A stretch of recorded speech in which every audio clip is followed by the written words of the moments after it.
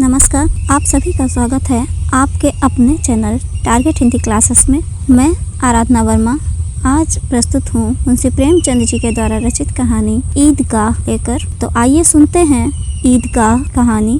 हिंदी में बाल मनोविज्ञान से संबंधित कहानियाँ बहुत कम लिखी गई हैं। प्रेमचंद उन दुर्लभ कथाकारों में से हैं जिन्होंने पूरी प्रामाणिकता एवं तन्मयता के साथ बाल जीवन को अपनी कहानियों में जगह दी है। उनकी कहानियाँ भारत की साझी संस्कृति एवं ग्रामीण जीवन के विभिन्न रंगों से सराबोर हैं। ईदगाह प्रेमचंद की इन्हीं विशेषताओं को अभिव्यक्त करने वाली प्रतिनिधि कहानी है। इस कहानी में ईद जैसे महत्वपूर्ण त्योहार को आधार बनाकर ग्रामीण मुस्लिम जीवन का सुंदर चित्र प्रस्तुत किया गया है। हामिद का चरित्र हमें बताता है कि अभाव उम्र से पहले बच्चों में कैसे बड़ों जैसी समझदारी पैदा कर देता है। मेले में हामिद अपनी हर चाह पर संयम रखने में विजयी होता है। साथ ही रुस्तमे हिंद चिमटे के माध्यम से प्रेमचंद ने श्रम के सौंदर्य एवं महत्व को भी उद्घाटित किया है। रमजान के पूरे 30 रोजों के बाद ईद आई है। कितना मनोहर, कितना सुहावना प्रभात है। वृक्षों पर कुछ अजीब हरियाली है, खेतों में कुछ अजीब रौनक है, आसमान पर कुछ अजीब लालिमा है। आज का सूर्य देखो कितना प्यारा, कितना शीतल, मानो संसार को ईद की बधाई दे रहा है। गांव में कितनी हलचल है। ईदगाह जाने की तैयारियां हो रही हैं। किसी के कुर्ते में बटन नहीं है, पड़ोस के घर से सुई तागा लेने दौड़ा जा रहा है। किसी के जूते गड़े हो गए हैं, उनमें तेल डालने के लिए तेली के घर भागा जाता है। जल्दी जल्दी बैलों को सानी पानी दे दें। ईदगाह से लौटते लौटते दोपहर हो जाएगा। 3 कोस का पैदल रास्ता, फिर सैकड़ों आदमियों से मिलना भेंटना। दोपहर के पहले लौटना असंभव है। लड़के सबसे ज्यादा प्रसन्न हैं। किसी ने 1 रोजा रखा है, वह भी दोपहर तक, किसी ने वह भी नहीं। लेकिन ईदगाह जाने की खुशी उनके हिस्से की चीज है। रोजे बड़े बूढ़ों के लिए होंगे, इनके लिए तो ईद है। रोज ईद का नाम रटते थे, आज वह आ गई। अब जल्दी पड़ी है कि लोग ईदगाह क्यों नहीं चलते। इन्हें गृहस्थी की चिंताओं से क्या प्रयोजन। सेवाइयों के लिए दूध और शक्कर घर में है या नहीं, इनकी बला से। ये तो सेवाइयाँ खाएंगे। वह क्या जाने कि अब्बा जान क्यों बदहवास चौधरी कायम अली के घर दौड़े जा रहे हैं। उन्हें क्या खबर कि चौधरी आज आंखें बदल ले तो यह सारी ईद मुहर्रम हो जाए। उनकी अपनी जेबों में तो कुबेर का धन भरा हुआ है। बार बार जेब से अपना खजाना निकाल कर गिनते हैं और खुश होकर फिर रख लेते हैं। महमूद गिनता है, 1, 2, 10, 12। उसके पास 12 पैसे हैं। मोहसिन के पास 1, 2, 3, 8, 9, 15 पैसे हैं। इन्हीं अनगिनती पैसों में अनगिनती चीज़ें लाएंगे।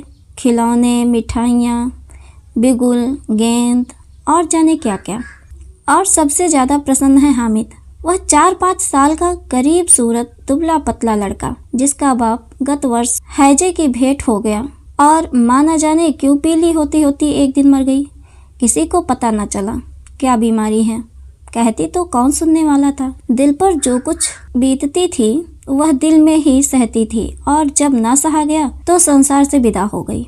अब हामिद अपनी बूढ़ी दादी अमीना की गोद में सोता है और उतना ही प्रसन्न है। उसके अब्बा जान रुपए कमाने गए हैं, बहुत सी थैलियाँ लेकर आएंगे। अम्मी जान अल्लाह मियाँ के घर से उसके लिए बड़ी अच्छी अच्छी चीज़ें लाने गई हैं, इसलिए हामिद प्रसन्न है। आशा तो बड़ी चीज़ है। और फिर बच्चों की आशा, उनकी कल्पना तो राई का पर्वत बना लेती है। हामिद के पाँव में जूते नहीं हैं, सिर पर एक पुरानी धुरानी टोपी है जिसका गोटा काला पड़ गया है, फिर भी वह प्रसन्न है। जब उसके अब्बा जान थैलियाँ और अम्मी जान नियामतें लेकर आएंगी तो वह दिल के अरमान निकालेगा। तब देखेगा महमूद, मोहसिन, नूरे और सम्मी कहाँ से उतने पैसे निकालेंगे। अभागिन अमीना अपनी कोठरी में बैठी रो रही है। आज ईद का दिन और उसके घर में दाना नहीं। आज आबिद होता तो क्या इसी तरह ईद आती और चली जाती। इस अंधकार और निराशा में वह डूबी जा रही है। किसने बुलाया था इस निगोड़ी ईद को। इस घर में उसका काम नहीं, लेकिन हामिद, उसे किसी के मरने जीने से क्या मतलब। उसके अंदर प्रकाश है, बाहर आशा। विपत्ति अपना सारा दल बल लेकर आए, हामिद की आनंद भरी चितवन उसका विध्वंस कर देगी। हामिद भीतर जाकर दादी से कहता है, तुम डरना नहीं अम्मा, मैं सबसे पहले आऊँगा। बिल्कुल न डरना। अमीना का दिल कचोट रहा है। गांव के बच्चे अपने अपने बाप के साथ जा रहे हैं। हामिद का बाप अमीना के सिवा और कौन है।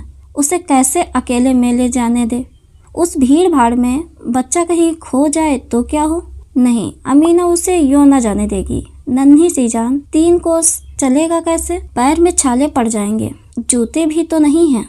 वह थोड़ी थोड़ी दूर पर उसे गोद ले लेगी, लेकिन यहाँ सेवइयाँ कौन पकाएगा? पैसे होते तो लौटते लौटते सब सामग्री जमा करके चटपट बना लेती।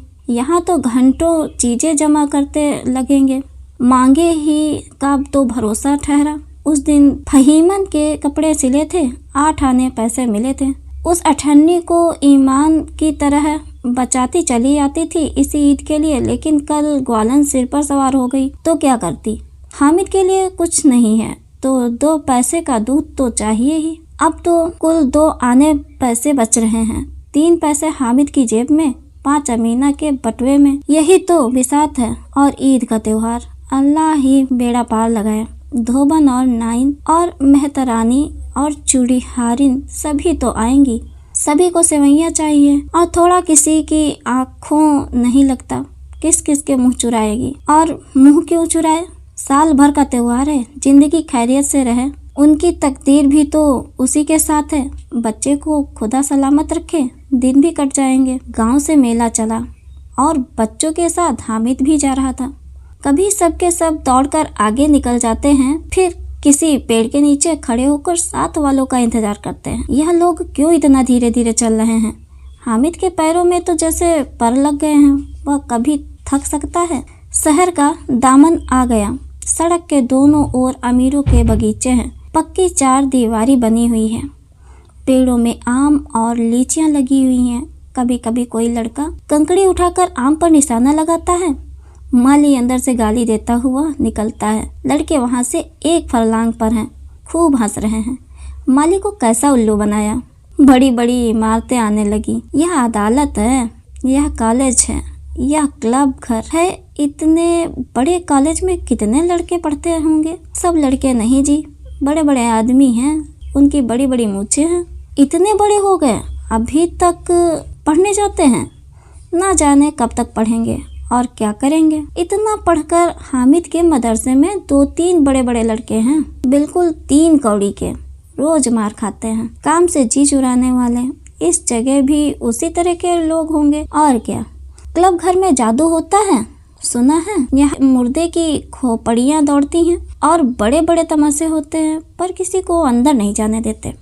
और यहाँ शाम को साहब लोग खेलते हैं, बड़े बड़े आदमी खेलते हैं, मूंछों दाढ़ी वाले, और मैमें भी खेलती हैं। सच, हमारी अम्मा तो वह दे दो, क्या नाम है, बैट, तो उसे पकड़ ही न सके, घुमाते ही लुढ़क जाएं। महमूद ने कहा। हमारी अम्मी जान का तो हाथ कांपने लगे। अल्लाह कसम, मोहसिन बोला। चलो, मानो आटा पीस डालती हैं, जरा सा बैट पकड़ लेंगी तो हाथ कांपने लगेंगे। सैकड़ों घड़े पानी रोज निकालती हैं, 5 घड़े तो तेरी भैंस पी जाती है। किसी मेम को 1 घड़ा पानी भरना पड़े तो आंखों तले अंधेरा आ जाए। महमूद, लेकिन दौड़ती तो नहीं, उछल कूद तो नहीं सकती। मोहसिन, हाँ उछल कूद नहीं सकती, लेकिन उस दिन मेरी गाय खुल गई थी और चौधरी के खेत में जा पड़ी थी तो अम्मा इतना तेज दौड़ी कि मैं उन्हें न पा सका। सच। आगे चले। हलवाइयों की दुकानें शुरू हुई। आज खूब सजी हुई थी। इतनी मिठाइयाँ कौन खाता है?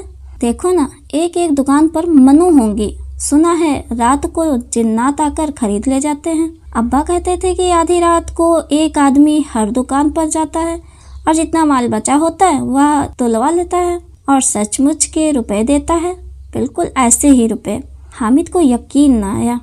ऐसे रुपए जिन्नात को कहाँ से मिल जाएंगे? मोहसिन ने कहा। जिन्नात को रुपए की क्या कमी? जिस खजाने में चाहे चले जाएं, लोहे के दरवाजे तक उन्हें नहीं रोक सकते। जनाब, आप हैं किस फेर में? हीरे जवाहरात तक उनके पास रहते हैं। जिससे खुश हो गए उसे टोकरो जवाहरात दे दिए।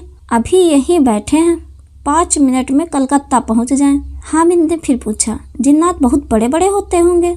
मोहसिन, एक एक आसमान के बराबर होता है जी। जमीन पर खड़ा हो जाए तो उसका सिर आसमान से जा लगे।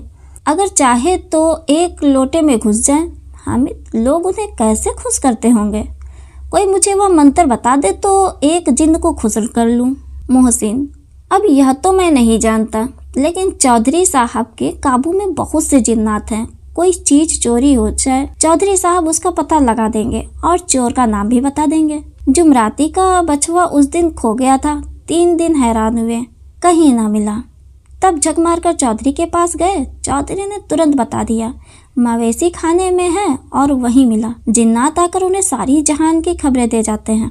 अब उसकी समझ में आ गया कि चौधरी के पास क्यों इतना धन है और क्यों उनका इतना सम्मान है। आगे चले, यह पुलिस लाइन है। यही सब कांस्टेबल कवायद करते हैं। रटन फाय फू रात को बेचारे घूम घूम कर पहरा देते हैं, नहीं चोरियां हो जाएं। मोहसिन ने प्रतिवाद किया, यह कांस्टेबल पहरा देते हैं, तभी तुम बहुत जानते हो। अजी हजरत, यही चोरी कराते हैं। शहर के जितने चोर डाकू हैं सब इनसे मिले रहते हैं। रात को ये लोग चोरों से तो कहते हैं चोरी करो और आप दूसरे मोहल्ले में जाकर जागते रहो पुकारते हैं। जब भी इन लोगों के पास इतने रुपए आते हैं, मेरे मामू एक थाने में कांस्टेबल हैं, 20 रुपया महीना पाते हैं लेकिन 50 रुपए घर भेजते हैं। अल्लाह कसम, मैंने एक बार पूछा था कि मामू आप इतने रुपए कहाँ से पाते हैं? हंसकर कहने लगे, बेटा अल्लाह देता है। फिर आप ही बोले, हम लोग चाहें तो एक दिन में लाखों मार जाएं। हम तो इतना ही लेते हैं जिसमें अपनी बदनामी ना हो और नौकरी ना चली जाए। हामिद ने पूछा, यह लोग चोरी करवाते हैं तो कोई इन्हें पकड़ता नहीं? मोहसिन उसकी नादानी पर दया दिखाकर बोला, अरे पागल, इन्हें कौन पकड़ेगा? पकड़ने वाले तो यह लोग खुद हैं, लेकिन अल्लाह इन्हें सजा भी खूब देता है। हराम का माल हराम में जाता है। थोड़े ही दिन हुए मामू के घर में आग लग गई, सारी लेई पूंजी जल गई, एक बर्तन तक न बचा। कई दिन पेड़ के नीचे सोए। अल्लाह कसम, पेड़ के नीचे? फिर न जाने कहां से 100 कर्ज लाए और बर्तन भाड़े आए। हामिद, 100 तो 50 से ज्यादा होते हैं। कहाँ 50 कहाँ 100? 50 एक थैली भर होता है, 100 तो 2 थैलियों में भी ना आए। अब बस्ती घनी होने लगी। ईदगाह जाने वालों की टोलियां नजर आने लगी, एक से एक भड़कीले वस्त्र पहने हुए, कोई इक्के तांगे पर सवार, कोई मोटर पर। सभी इत्र में बसे, सभी के दिलों में उमंग। ग्रामीणों का यह छोटा सा दल अपनी विपन्नता से बेखबर, संतोष और धैर्य में मगन चला जा रहा था। बच्चों के लिए नगर की सभी चीजें अनोखी थी। जिस चीज की ओर ताकते ही रह जाते और पीछे से बराबर हार्न की आवाज होने पर भी न चेतते। हामिद तो मोटर के नीचे जाते जाते बचा। सहसा ईदगाह नजर आया। ऊपर इमली के घने वृक्षों की छाया है, नीचे पक्का फर्श है जिस पर जाजिम बिछा हुआ है और रोजेदारों की पंक्तियां एक के पीछे एक न जाने कहां तक चली गई हैं, पक्की जगह के नीचे तक, जहां जाजिम भी नहीं है। नए आने वाले आकर पीछे की कतार में खड़े हो जाते हैं। आगे जगह नहीं है, यहाँ कोई धन और पद नहीं देखता। इस्लाम की निगाह में सब बराबर हैं। इन ग्रामीणों ने भी वजू किया और पिछली पंक्ति में खड़े हो गए। कितना सुंदर संचालन है, कितनी सुंदर व्यवस्था। लाखों सिर एक साथ सिजदे में झुक जाते हैं, फिर सबके सब एक साथ खड़े हो जाते हैं, एक साथ झुकते हैं और एक साथ घुटनों के बल बैठ जाते हैं। कई बार यही क्रिया होती है, जैसे बिजली की लाखों बत्तियां एक साथ प्रदीप्त हों और एक साथ बुझ जाएं, और यही क्रम चलता रहे। कितना अपूर्व दृश्य था, जिसकी सामूहिक क्रियाएं, विस्तार और अनंतता हृदय को श्रद्धा, गर्व और आत्मानंद से भर देती थी। मानो भ्रातृत्व का एक सूत्र इन समस्त आत्माओं को एक लड़ी में पिरोए हुए है। नमाज खत्म हो गई है, लोग आपस में गले मिल रहे हैं। तब मिठाइयों और खिलौनों की दुकानों पर धावा होता है। ग्रामीणों का यह दल इस विषय में बालकों से कम उत्साही नहीं है। यह देखो, हिंडोला है, 1 पैसा देकर चढ़ जाओ, कभी आसमान पर जाते हुए मालूम होंगे, कभी जमीन पर गिरते हुए। यह खर्ची है। लकड़ी के हाथी, घोड़े, ऊंट छड़ों से लटके हुए हैं। 1 पैसा देकर बैठ जाओ और 25 चक्करों का मजा लो। महमूद और मोहसिन और नूरे और सम्मी इन घोड़ों और ऊँटों पर बैठते हैं। हामिद दूर खड़ा है, 3 ही पैसे तो उसके पास है। अपने कोष का 1/3 जरा सा चक्कर खाने के लिए नहीं दे सकता। सब चरखियों से उतरते हैं, अब खिलौने लेंगे। इधर दुकानों की कतार लगी हुई है, तरह तरह के खिलौने हैं। सिपाही और गुजरिया, राजा और वकील, भिश्ती और धोबिन और साधु। वाह, कितने सुंदर खिलौने हैं। अब बोला ही चाहते हैं। महमूद सिपाही लेता है। खाकी वर्दी और लाल पगड़ी वाला, कंधे पर बंदूक रखे हुए मालूम होता है।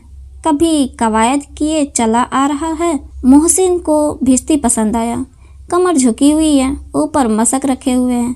मशक का मुंह एक हाथ से पकड़े हुए है। कितना प्रसन्न है, शायद कोई गीत गा रहा है। बस मशक से पानी उड़ेला ही चाहता है। नूरे को वकील से प्रेम है। कैसी विद्वता है उसके मुख पर।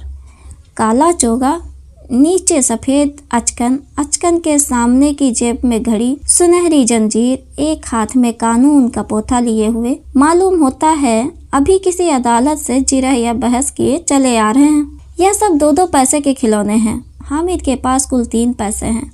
इतने महंगे खिलौने वह कैसे ले? खिलौना कहीं हाथ से छूट पड़े तो चूर चूर हो जाए, जरा पानी पड़े तो सारा रंग धुल जाए। ऐसे खिलौने लेकर वह क्या करेगा, किस काम के? मोहसिन कहता है, मेरा भिश्ती रोज पानी दे जाएगा सांझ सवेरे। महमूद, और मेरा सिपाही घर का पहरा देगा। कोई चोर आएगा तो फौरन बंदूक फायर कर देगा।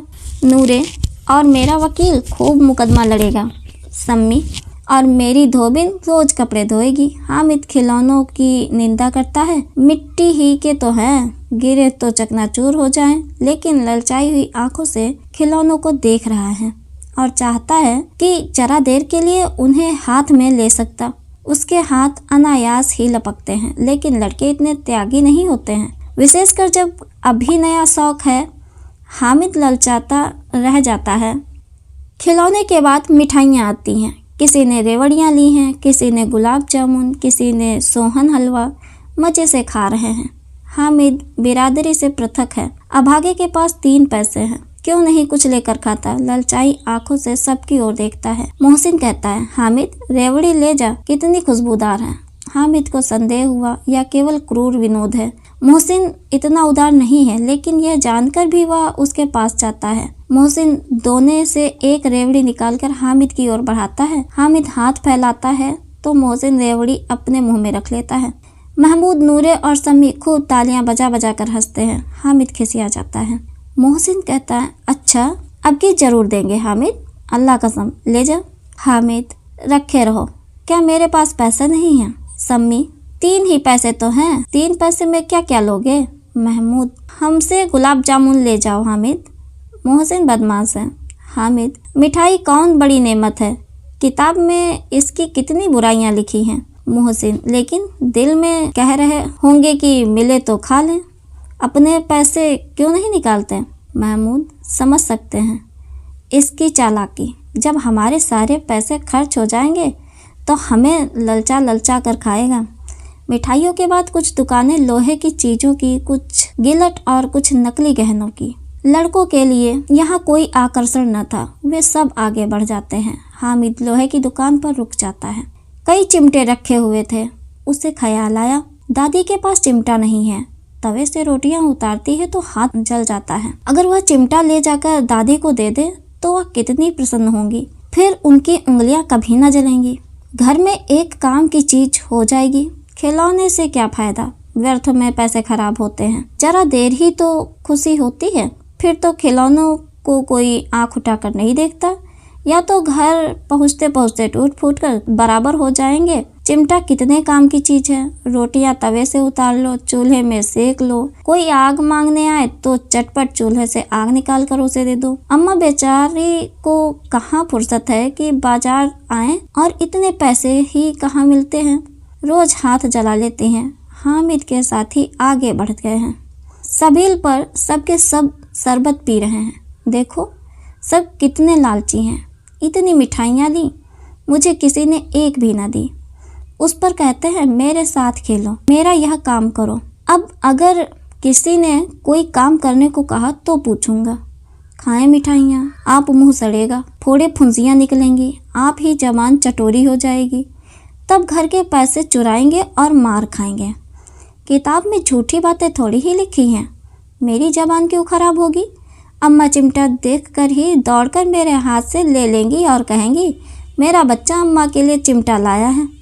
हजारों दुआएं देंगी। फिर पड़ोस की औरतों को दिखाएंगी। सारे गांव में चर्चा होने लगेगी, हामिद चिमटा लाया है, कितना अच्छा लड़का है। इन लोगों के खिलौनों पर कौन इन्हें दुआएं देगा। बड़ों की दुआएं सीधे अल्लाह के दरबार में पहुंचती हैं और तुरंत सुनी जाती हैं। मेरे पास पैसे नहीं हैं, तभी तो मोहसिन और महमूद यूं मिजाज दिखाते हैं। मैं भी इनसे मिजाज दिखाऊंगा। खेले खिलौने और खाए मिठाइयाँ। मैं नहीं खेलता खिलौने। किसी का मिजाज क्यों सहूं। मैं गरीब सही, किसी से कुछ मांगने तो नहीं जाता। आखिर अब्बा जान कभी ना कभी आएंगे, अम्मा भी आएंगी ही। फिर इन लोगों से पूछूंगा, कितने खिलौने लोगे। एक एक को टोकरियों खिलौने दूं और दिखा दूं कि दोस्तों के साथ इस तरह सलूक किया जाता है। यह नहीं कि एक पैसे की रेवड़ियाँ ली तो चिढ़ा चिढ़ा कर खाने लगे। सबके सब हंसेंगे कि हामिद ने चिमटा लिया है। हंसे मेरी बला से। उसने दुकानदार से पूछा, यह चिमटा कितने का है। दुकानदार ने उसकी ओर देखा और कोई आदमी साथ न देखकर कहा, तुम्हारे काम का नहीं है जी। बिकाऊ है कि नहीं। बिकाऊ क्यों नहीं है और यहाँ क्यों लाए हैं, तो बताते क्यों नहीं। कै पैसे का है। 6 पैसे लगेंगे। हामिद का दिल बैठ गया। ठीक ठीक बताओ। ठीक ठीक 5 पैसे लगेंगे। लेना हो तो लो, नहीं चलते बनो। हामिद ने कलेजा मजबूत करके कहा, 3 पैसे लोगे। यह कहता हुआ वह आगे बढ़ गया कि दुकानदार की घुड़कियां ना सुने। लेकिन दुकानदार ने घुड़कियां नहीं दी, बुलाकर चिमटा दे दिया। हामिद ने उसे इस तरह कंधे पर रखा मानो बंदूक है और शान से अकड़ता हुआ संगियों के पास आया। जरा सुने, सबके सब क्या क्या आलोचनाएं करते हैं। मोहसिन ने हंसकर कहा, यह चिमटा क्यों लाया पगले, इसे क्या करेगा। हामिद ने चिमटे को जमीन पर पटक कर कहा, जरा अपना भिश्ती जमीन पर गिरा दो, सारी पसलियां चूर चूर हो जाएं। महमूद बोला, तो यह चिमटा कोई खिलौना है। हामिद, खिलौना क्यों नहीं है। अभी कंधे पर रखा, बंदूक हो गई। हाथ में ले लिया, फकीरों का चिमटा हो गया। चाहूँ तो इससे मजीरे का काम ले सकता हूँ। एक चिमटा जमा दूं तो तुम लोगों के सारे खिलौनों की जान निकल जाए। तुम्हारे खिलौने कितना ही जोर लगाए, मेरे चिमटे का बाल भी बांका नहीं कर सकते। मेरा बहादुर शेर है चिमटा। सम्मी ने खंजरी ली थी, प्रभावित होकर बोला, मेरी खंजरी से बदलोगे। 2 आने की है। हामिद ने खंजरी की ओर उपेक्षा से देखा। मेरा चिमटा चाहे तो तुम्हारे खंजरी का पेट फाड़ डाले। बस एक चमड़े की झिल्ली लगा दी। ढप ढप बोलने लगी। जरा सा पानी लग जाए तो खत्म हो जाए। मेरा बहादुर चिमटा आग में, पानी में, आंधी में, तूफान में बराबर डटा खड़ा रहेगा। चिमटे ने सभी को मोहित कर लिया। लेकिन अब पैसे किसके पास धरे हैं। फिर मेले से दूर निकल आए हैं। 9 कब के बज गए। धूप तेज हो रही है। घर पहुंचने की जल्दी हो रही है। बाप से जिद भी करें तो चिमटा नहीं मिल सकता। हामिद है बड़ा चालाक, इसीलिए बदमाश ने अपने पैसे बचा रखे थे। अब बालकों के 2 दल हो गए। मोहसिन, महमूद, सम्मी और नूरे एक तरफ हैं, हामिद अकेला दूसरी तरफ। शास्त्रार्थ हो रहा है। सम्मी तो विधर्मी हो गया, दूसरे पक्ष से जा मिला। लेकिन मोहसिन, महमूद और नूरे भी हामिद से 1-1, 2-2 साल बड़े होने पर भी हामिद के आघातों से आतंकित हो उठे हैं। उसके पास न्याय का बल है और नीति की शक्ति। एक और मिट्टी है, दूसरी ओर लोहा, जो इस वक्त अपने को फौलाद कह रहा है। वह अजय है, घातक है। अगर कोई शेर आ जाए तो मियाँ भिश्ती के छक्के छूट जाए, मियाँ सिपाही मिट्टी की बंदूक छोड़कर भागे, वकील साहब की नानी मर जाए, चोंगे में मुंह छिपाकर जमीन पर लेट जाए। मगर यह चिमटा, यह बहादुर, यह रुस्तमे हिंद लपक कर शेर की गर्दन पर सवार हो जाएगा और उसकी आंखें निकाल लेगा। मोहसिन ने एड़ी चोटी का जोर लगाकर कहा, अच्छा पानी तो नहीं भर सकता। हामिद ने चिमटे को सीधा खड़ा करके कहा, भिश्ती को एक डांट बताएगा तो दौड़ा हुआ पानी लाकर उसके द्वार पर छिड़कने लगेगा। मोहसिन परास्त हो गया, पर महमूद ने कुमुक पहुंचाई। अगर बचा पकड़ जाए तो अदालत में बंधे बंधे फिरेंगे, तब तो वकील साहब के पैरों पड़ेंगे। हामिद इस प्रबल तर्क का जवाब न दे सका। उसने पूछा, हमें पकड़ने कौन आएगा। नूरे ने अकड़ कर कहा, यह सिपाही बंदूक वाला। हामिद ने मुंह चिढ़ाकर कहा, यह बेचारे हम बहादुर रुस्तम हिंद को पकड़ेंगे। अच्छा लाओ, अभी जरा कुश्ती हो जाए, इसकी सूरत देखकर दूर से भागेंगे। पकड़ेंगे क्या बेचारे? मोहसिन को एक नई चोट सूझ गई। तुम्हारे चिमटे का मुंह रोज आग में जलेगा। उसने समझा था कि हामिद लाजवाब हो जाएगा, लेकिन यह बात ना हुई। हामिद ने तुरंत जवाब दिया, आग में बहादुर ही कूदते हैं जनाब। तुम्हारे यह वकील, सिपाही और भिश्ती लेडियों की तरह घर में घुस जाएंगे। आग में कूदना वह काम है जो यह रुस्तम हिंद ही कर सकता है। महमूद ने एक जोर लगाया, वकील साहब कुर्सी मेज पर बैठेंगे, तुम्हारा चिमटा तो बावर्ची खाने में जमीन पर पड़ा रहेगा। इस तर्क ने सम्मी और नूरे को भी सजीव कर दिया। कितने ठिकाने की बात कही है पट्टे ने। चिमटा बावर्ची खाने में पड़ा रहने के सिवा और क्या कर सकता है? हामिद को कोई फड़कता हुआ जवाब ना सूझा तो उसने धांधली शुरू की, मेरा चिमटा बावर्ची खाने में नहीं रहेगा। वकील साहब कुर्सी पर बैठेंगे तो जाकर उन्हें जमीन पर पटक देगा और उनका कानून उनके पेट में डाल देगा। बात कुछ बनी नहीं। खासी गाल गलौज थी, लेकिन कानून को पेट में डालने वाली बात छा गई। ऐसी छा गई कि तीनों सूरमा मुंह ताकते रह गए, मानो कोई धेलचा कनकौवा किसी गंडे वाले कनकौवे को काट गया हो। कानून मुंह से बाहर निकलने वाली चीज है, उसको पेट के अंदर डाल दिया जाना बेतुकी सी बात होने पर भी कुछ नयापन रखती है। हामिद ने मैदान मार लिया। उसका चिमटा रुस्तम हिंद है। अब इसमें मोहसिन, महमूद, नूरे, सम्मी किसी को भी आपत्ति नहीं हो सकती। विजेता को हारने वालों से जो सत्कार मिलना स्वाभाविक है वह हामिद को भी मिला। औरों ने 3-3, 4-4 आने पैसे खर्च किए पर कोई काम की चीज न ले सके। हामिद ने 3 पैसे में रंग जमा लिया। सच ही तो है, खिलौनों का क्या भरोसा, टूट फूट जाएंगे। हामिद का चिमटा तो बना रहेगा बरसों। संधि की शर्तें तय होने लगी। मोहसिन ने कहा, जरा अपना चिमटा दो, हम भी देखें। तुम हमारा भिश्ती लेकर देखो। महमूद और नूरे ने भी अपने अपने खिलौने पेश किए। हामिद को इन शर्तों के मानने में कोई आपत्ति न थी। चिमटा बारी बारी से सबके हाथ में गया और उनके खिलौने बारी बारी से हामिद के हाथ में आए। कितने खूबसूरत खिलौने हैं, हामिद ने हारने वालों के आंसू पोंछे। मैं तुम्हें चिढ़ा रहा था, सच यह चिमटा भला इन खिलौनों की क्या बराबरी करेगा। लेकिन मोहसिन की पार्टी को इस दिलासे से संतोष नहीं होता। चिमटे का सिक्का खूब बैठ गया। चिपका हुआ टिकट अब पानी से नहीं छूट रहा है। मोहसिन, लेकिन इन खिलौनों के लिए कोई हमें दुआ तो न देगा? महमूद, दुआ को लिए फिरते हो, उल्टे मार पड़े। अम्मा जरूर कहेंगी कि मेले में यही मिट्टी के खिलौने तुम्हें मिले। हामिद को स्वीकार करना पड़ा कि खिलौनों को देखकर किसी की माँ इतनी खुश न होगी जितनी दादी चिमटे को देखकर होंगी। 3 पैसों ही में तो उसे सब कुछ करना था और उन पैसों के इस उपयोग पर पछतावे की बिल्कुल जरूरत न थी। फिर अब तो चिमटा रुस्तम हिंद है और सभी खिलौनों का बादशाह। रास्ते में महमूद को भूख लगी। उसके बाप ने केले खाने को दिए। महमूद ने केवल हामिद को साझी बनाया। उसके अन्य मित्र मुंह ताकते रह गए। यह उस चिमटे का प्रसाद था। 11 बजे गांव में हलचल मच गई।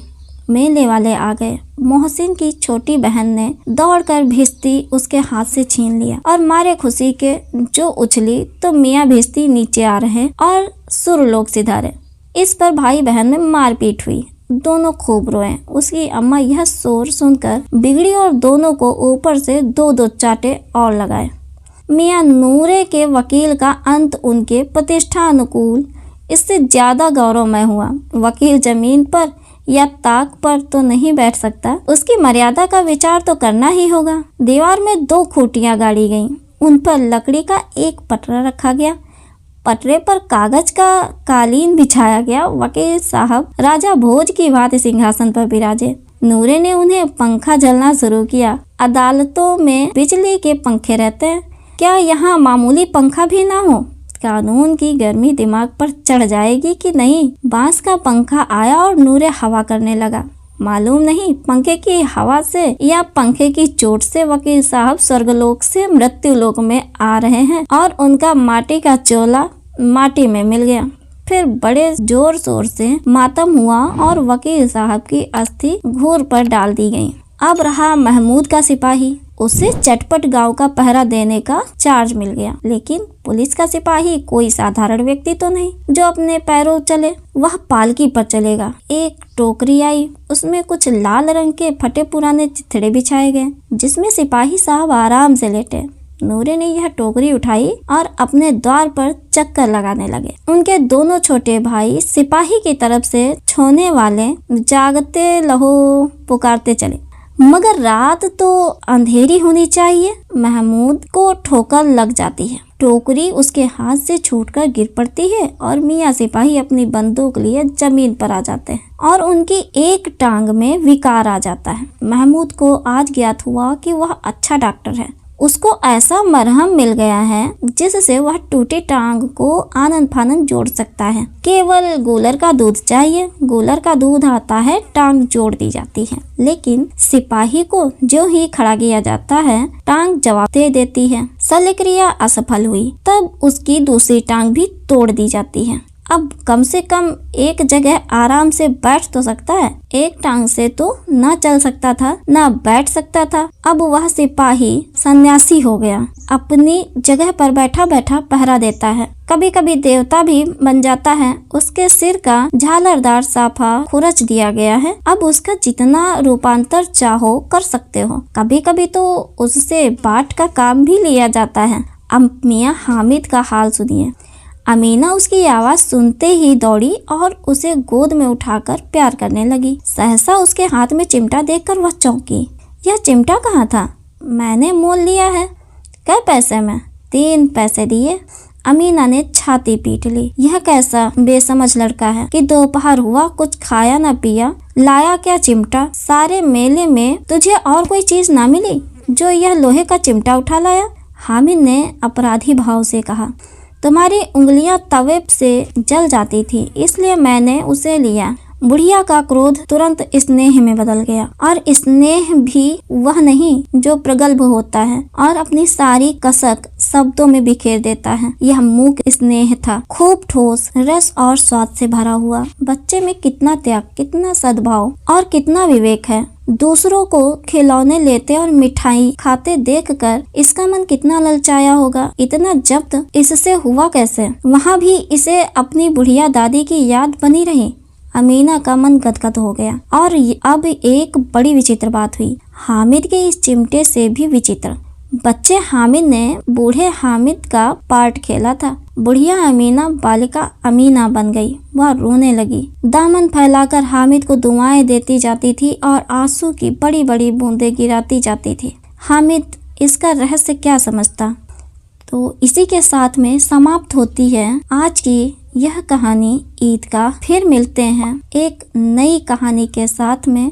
और यदि यह वीडियो आपको पसंद आया है तो वीडियो को लाइक करें, शेयर करें तथा चैनल को सब्सक्राइब करें। धन्यवाद।